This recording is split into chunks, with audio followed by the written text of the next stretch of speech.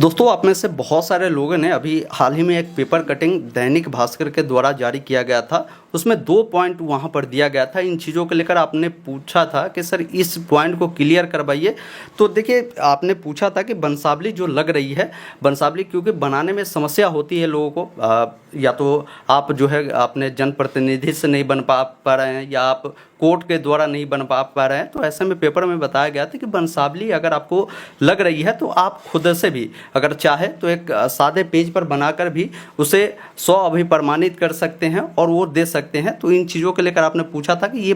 बात सही है या नहीं है, तो सर के थ्रू ही जानेंगे। और एक और पॉइंट उसमें दिया गया था कि जो मौखिक बंटवारा है, वो मौखिक बंटवारा भी जो है मान्य होगा। तो कहाँ तक इसकी सच्चाई है, सर से थोड़ा सा जानते हैं। देखिए, सर्वे के कार्य में जो वंशावली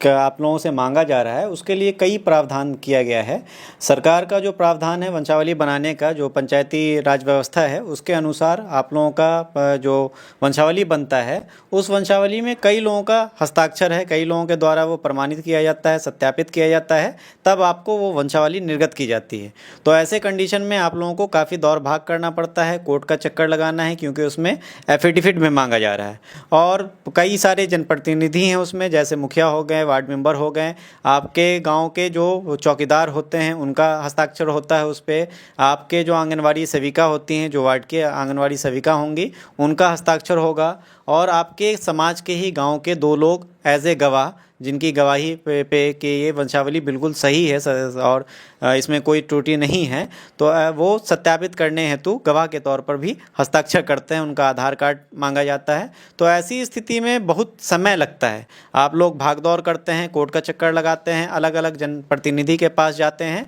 तो ये सब चीज़ को ख़त्म करने के लिए आप लोगों को एक और सुविधा दी गई है कि आप लोग सादे पेपर पे, किसी भी रफ पेपर, जो सादा पेपर आता है, बिल्कुल सादे पेपर पे आप लोग वंशावली अपना बनाकर और उसको सेल्फ अटेस्टेड करके, जिसको स्व प्रमाणित बोलते हैं, यानी कि आप उस पर हस्ताक्षर कर दीजिएगा। हस्ताक्षर करने से ये साबित होगा कि ये जो वंशावली बना है, जो वंशावली ऊपर में बनाई गई है, वंश वृक्ष बनाया गया है, वो बिल्कुल आपके द्वारा बनाया गया है और आप उसके में ये बताते हैं कि इसमें कोई गलती नहीं है। तो इसके लिए आपका वहाँ पे हस्ताक्षर लिया जाता है। तो आपको अलग अलग जगह पर, अलग अलग ऑफिस में दौड़ने की ज़रूरत नहीं है। आपको वंशावली खुद से भी बना सकते हैं। आपको ये प्रावधान दिया गया है कि सादे पेपर पे आप वंशावली बनाइए और वंशावली बनाने के बाद उस पर अपना हस्ताक्षर कर दीजिए। हस्ताक्षर करने से वो एक तरह से वेरीफाई हो जाता है और फिर उसका पुनः वेरिफिकेशन हम लोगों के विभाग की तरफ से, सर्वे डिपार्टमेंट की तरफ से उसको सत्यापित करवाया जाता है। वो सत्यापित कराने का तरीका ये है कि आपके गांव में हम लोग आम सभा लगाते हैं। जैसा कि पूर्व में आप लोग देखे होंगे कि सर्वे की प्रक्रिया जब शुरू हुई थी तो आप लोगों को सूचना देने के लिए प्रचार प्रसार हेतु आम सभा का आयोजन किया गया था। वैसे ही आपके गाँव में, आपके समाज के बीच में बैठकर हम लोग आम सभा लगाएंगे और आम सभा में आपके द्वारा जो वंशावली प्रस्तुत की गई है, जो उपलब्ध कराई गई है सर्वे कार्यालय को, उसको पढ़ के वहां पर सुनाया जाएगा और आपके ही समाज के लोगों के बीच में वो पूछा जाएगा कि इनके द्वारा जो ये वंशावली प्रस्तुत की गई है, जो स्वाभिप्रमाणित करके जो प्रस्तुत की गई है, ये बिल्कुल सही वंशावली है या नहीं है। इसमें किसी का नाम छूटा तो नहीं हुआ है, बहन बेटी वगैरह का नाम छिपाया तो नहीं गया है। अगर आपके ही समाज के लोग उसको सत्यापित कर देते हैं कि नहीं, बिल्कुल सही वंशावली बनाया गया है, तो उसको कानूनगो महोदय या शिविर प्रभारी जो होते हैं, इनके द्वारा अनुमोदित करा लिया जाएगा। अनुमोदन के उपरांत फिर उस वंशावली की मान्यता रहेगी, उसके आधार पर आपका नया खतियान बनेगा। लेकिन अगर उसमें कुछ कमी पाई जाती है, आपके ही समाज के बीच के कुछ लोग उस पर आपत्ति कर देते हैं, तो आपत्ति का निराकरण किया जाएगा। निराकरण करने का सेंस ये है कि जिन लोगों का नाम उसमें छुटा रहेगा या कम रहेगा या कुछ उसमें छेड़छाड़ की रहेगी, तो वो नाम पूछ करके आपके समाज के ही लोगों के बीच में वो वहाँ पर दर्ज किया जाएगा और दर्ज करने के उपरांत उसको सत्यापित करने के बाद फिर जो नया खतियान बनाने का प्रोसेस है वंशावली के आधार पर, वो कार्य किया जाएगा। तो पहली चीज़ जो आपने अभी पूछा है कि पेपर में ये चीज़ दिया हुआ था कि सादे पेपर पे स्वाभिप्रमाणित करके वंशावली बनाकर आप देंगे तो वो वैलिड होगा या नहीं होगा, तो वो 100% वैलिड होगा। आप लोगों को कहीं दौड़ने की ज़रूरत नहीं है, किसी कार्यालय का चक्कर लगाने की ज़रूरत नहीं है, किसी कोर्ट में जाने की ज़रूरत नहीं है। हैं, आप लोग सादे पेपर पे अपना वंशावली बनाकर उस पर हस्ताक्षर करके लाके सबमिट कर सकते हैं, उसकी 100% मान्यता रहेगी। दूसरी चीज़ जो आपने अभी पूछा है कि मौखिक बंटवारा का वैल्यू होगा, ये चीज़ उसमें क्लियर नीचे लिखा हुआ है, नीचे शायद आप लोग नहीं पढ़े होंगे कि मौखिक बंटवारे का वैल्यू तभी होता है जब आपके सभी पाटीदार की सहमति उस पर हो, और उस सहमति के आधार पर अभी वर्तमान में आपको सहमति पत्र बनाना पड़ेगा कि हम लोगों का ये ऐसा ऐसा बंटवारा है जो पूर्व में किया गया था मौखिक रूप से, अभी हम लोग इस पे सहमत हैं, और उस बंटवारा को आप लोग जो शेड्यूल जिसको बोलते हैं उस शेड्यूल के अनुसार बनाकर सभी पक्ष का साइन करके, और गाँव के जो पंच वगैरह होते हैं जिसको उपस्थिति में आप लोग देखते होंगे कि गांव का समाज का काम होता है, तो वैसे लोगों की कम से कम 3 लोगों की गवाही के तौर पर साइन करवा कर आप वहां पर शेड्यूल पेश कर सकते हैं। उस शेड्यूल के आधार पर आपका नया सर्वे जो खतियान बनेगा उसके आधार पर बन सकता है। तो सिर्फ मौखिक बंटवारा करके और बिना किसी साक्ष्य के अगर आप बोलेंगे कि ये मौखिक बंटवारा हो चुका है तो उसके आधार पे काम नहीं होगा, वो सरकार उसकी मान्यता नहीं देती है। मौखिक बंटवारे का शेड्यूल भी होना चाहिए, शेड्यूल बनाइए और उस पर सभी की सहमति होना चाहिए, हर एक पक्ष उस पर सहमत होने चाहिए, सभी की उपस्थिति में उस पर हस्ताक्षर हुआ होना चाहिए। अगर सभी लोग सहमत हैं तो उस सहमति के आधार पर नया खतियान बनाने का प्रोसेस शुरू होगा। तो साथियों, आपने समझा, ये बिल्कुल सही चीज़ें हैं जो आपने पेपर में देखा है, लेकिन सर ने आपको बताया है कि लिखित तौर पर आपको देने होंगे।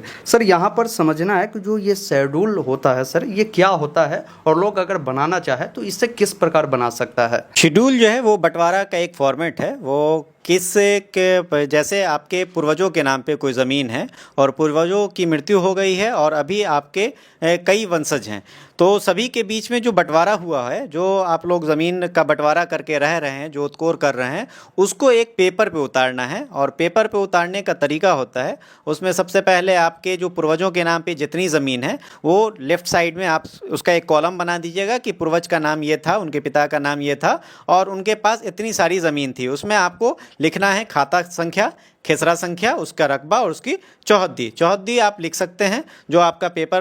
पे दर्ज है उस अनुसार भी लिख सकते हैं या वर्तमान के अनुसार भी दर्ज कर सकते हैं। तो ये चीज़ आप एक साथ उतार दीजिएगा कि आपकी टोटल ज़मीन आपके पूर्वजों के नाम पे कितनी थी। अब बात आती है कि उस ज़मीन का बंटवारा कितने लोगों के बीच में वितरण किया गया या कितने लोगों के बीच में बंटवारा किया गया है। तो वो सारे लोग जिनके बीच में बंटवारा किया गया है वो मद वाइज नंबर अलग अलग कॉलम बना दीजिएगा। जैसे मद नंबर 1 में एक आदमी का नाम रहेगा, एक पक्ष का नाम रहेगा, उसके बाद फिर कोई दूसरा पक्ष जिसके बीच में उसका बंटवारा हुआ है तो मद नंबर 2 लिख के उनका नाम लिख दीजिए, उनके पिता का नाम लिख दीजिए, मद नंबर 3। इस तरह से जितने लोगों के बीच में बंटवारा करना है आपको उतना कॉलम बनाकर ऊपर में उनका नाम अलग अलग दर्शा दीजिए। और नाम दर्शाने के बाद जो आपका बंटवारा है, जो ज़मीन कुल ज़मीन है, उस ज़मीन में ज़मीन का बंटवारा एक्चुअल में 2 तरह से होता है। एक तो ये है कि जैसे एक प्लॉट है और एक ही प्लॉट में अगर 4 भाई हैं तो उसको 4 पार्ट में कर दीजिए और 4 पार्ट में करके उसको अलग अलग हिस्सा दर्शा दीजिए। कुछ बंटवारा ऐसा भी लोग करते हैं कि प्लॉट वाइज बंटवारा कर लेते हैं,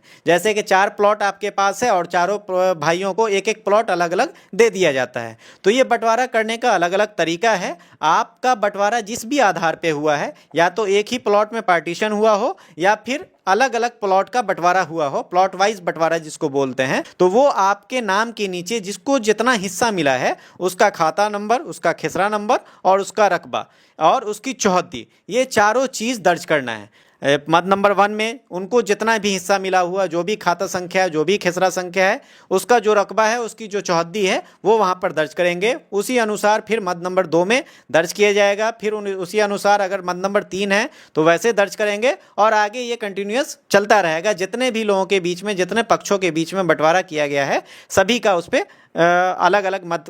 में नाम लिखकर दर्ज किया जाएगा। नीचे में सभी की सहमति हेतु आप लोग साइन करवाएंगे। जितने पक्ष के बीच में उन लोगों का बंटवारा आप लोगों का हुआ है, मद नंबर के हिसाब से जितने भी मद हैं वो सारे लोग उस पर सहमति का साइन करेंगे और उस सहमति के साइन से ये जाहिर होगा कि हाँ बिल्कुल आप लोग अपनी सहमति से ये बंटवारा किए हैं और बंटवारा के उपरांत जो शेड्यूल आपका बना है उस शेड्यूल के अनुसार आप लोग काम कराना चाहते हैं। उसकी सत्यता की जाँच के लिए गांव के जो पंच वगैरह होते हैं उनसे भी आप लोग 2-3 लोगों से गवाह के तौर पे साइन ले सकते हैं। क्योंकि ऐसा होता है कि जैसे आप लोग 5 भाई हैं, 5 मद उसमें बनाए और मद वाइज बंटवारा कर लिए। एक भाई को कुछ ज़रूरत पड़ी और वो बाहर चला गया, वो मेरे समक्ष उपस्थित नहीं हो पाया किसी कारणवश। तो वैसे कंडीशन में क्या होता है कि बाद में हो सकता है वो भाई का साइन वो सही में किया है या उसका साइन किसी और के द्वारा कर दिया गया है, ये संशय की स्थिति बनती है। ऐसी संशय की स्थिति बनने के लिए